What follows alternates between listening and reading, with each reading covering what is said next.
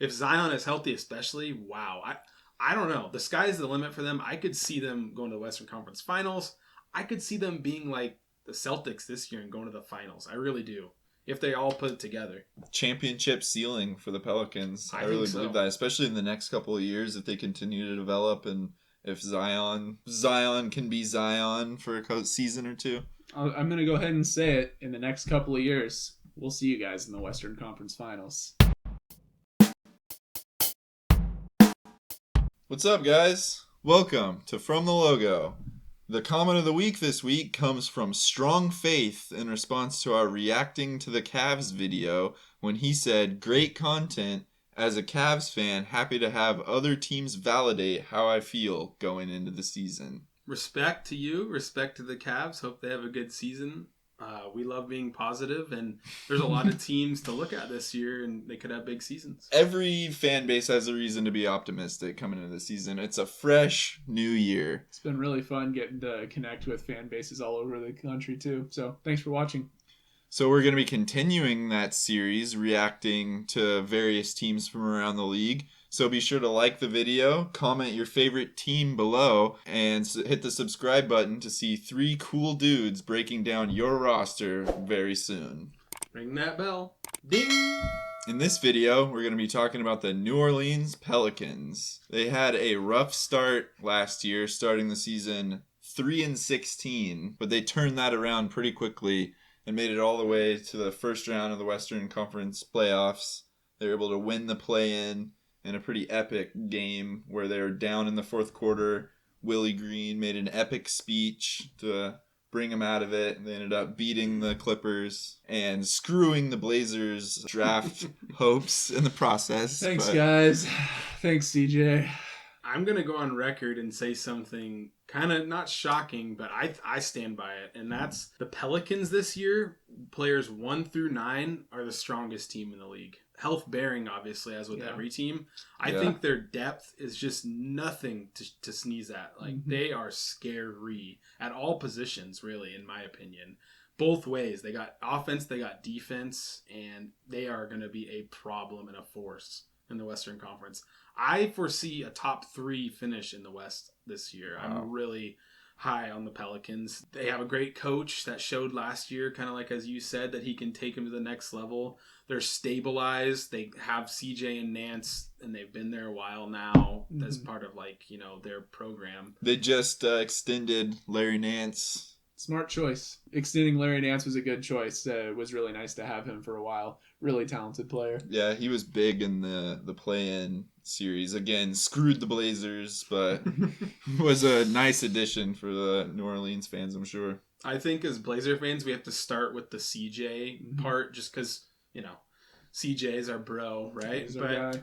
He provides that steady scoring hand, that shot creation, which they need from the perimeter side. I know they have Devontae Graham, but CJ provides that steady force of just scoring 25 a night, when you need it. Buckets. Yeah. And I think good ball handler, good passer. He showed great passing after he came to the Pelicans with all the talent that they have there. Yeah, last year was a major transitional year for the Pelicans. They had injury problems, they had players coming in and going out, and they still put up a good showing at the end of the season. And so the fact that they've now had a few months to kind of get things solidified, like you said, get things stable, they're definitely going to be scary. I think with CJ McCollum, he's always played the 2. He's kind of probably more the size of a 2, but he's really a point guard. That's his skill set. Thrives with the ball in his hands. Absolutely. He thrives being the decision maker. And he's always had Lillard. Ever since he came into the league, he's had Lillard on the team. And he just never really got to play his position, I don't think. And now he's surrounded by size. It's kind of like what the Blazers did with Lillard, surrounding him with more size, more defensive oriented players, athletes. So I think he really could thrive in that position. When Lillard would go out for a stretch of games, CJ would immediately slip into that role and average a damn near triple-double sometimes. So I think you got a lot to look forward to, Pelicans fans. Yeah, we've seen what CJ can do when he's the man, the guard, and it's going to be exciting for that team. And he's going to have guys around him that allow him to be the guard while not having to, he'll have someone to back him up on defense and fill some of those holes that he has in his game. His backcourt mate is going to be 6'11" Brandon Ingram. Yeah. Well, I think Herb Jones will be the guy that's either one of those guys. They're both like long, athletic. Seriously, and Herb Jones, lockdown defender, he's like Tony Allen, prime Tony Allen out there. He locks people down. Yeah.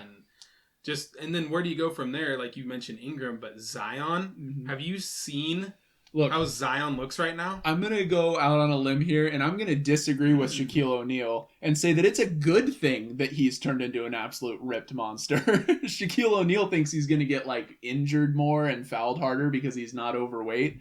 But I mean, he's going to be a monster. He looks like he's going to be tearing guys apart. So I just shudder for the league if he stays healthy this year. Yeah. He looks monstrous. You guys seem to have quite a bit of confidence in him. I'm not sold yet as far as I'm sold on his talent, but not on his health. It's like, until he proves it, until he can go out there and play a season without getting, it's not even nicked up, it's like bad injuries that are like weight-bearing injuries. It's the big question. Yeah. He's slimmed, though. He was overweight. And let's just be honest, like Pelicans fans know how Shaq he was likes overweight. him. Well, but now, like we'll see how his body holds up in this season. Yeah, hopefully the too much damage hasn't already been done. I mean, he is a young guy, but he's already had his fair share of injuries, and I hope for him. It would be awesome to see him have a full season where he's healthy, and like he'd be an MVP candidate like right off the bat. I think he's got that kind of talent.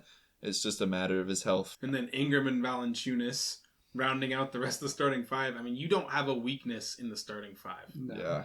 Ingram is a baller. He can. Yeah, he is. He's like Kevin Durant light without the attitude and mental problems. He was big in the playoffs last year too. He was hitting clutch shots. He really gave the Suns some fits during their series. I think the Suns, they got out to an early lead in that series, and I think they were expecting the easy sweep. And then Willie Green really turned the team around and got all of those guys playing big for him during that stretch. Ingram reminds me in some ways of KD, but maybe even more so of like Jason Tatum, in that he can be that kind of player, but doesn't need to have the ball in his hands all the time. Do you think the Lakers are regretting giving him up for AD? They got a ring out of it, but I don't know. They gave up a lot.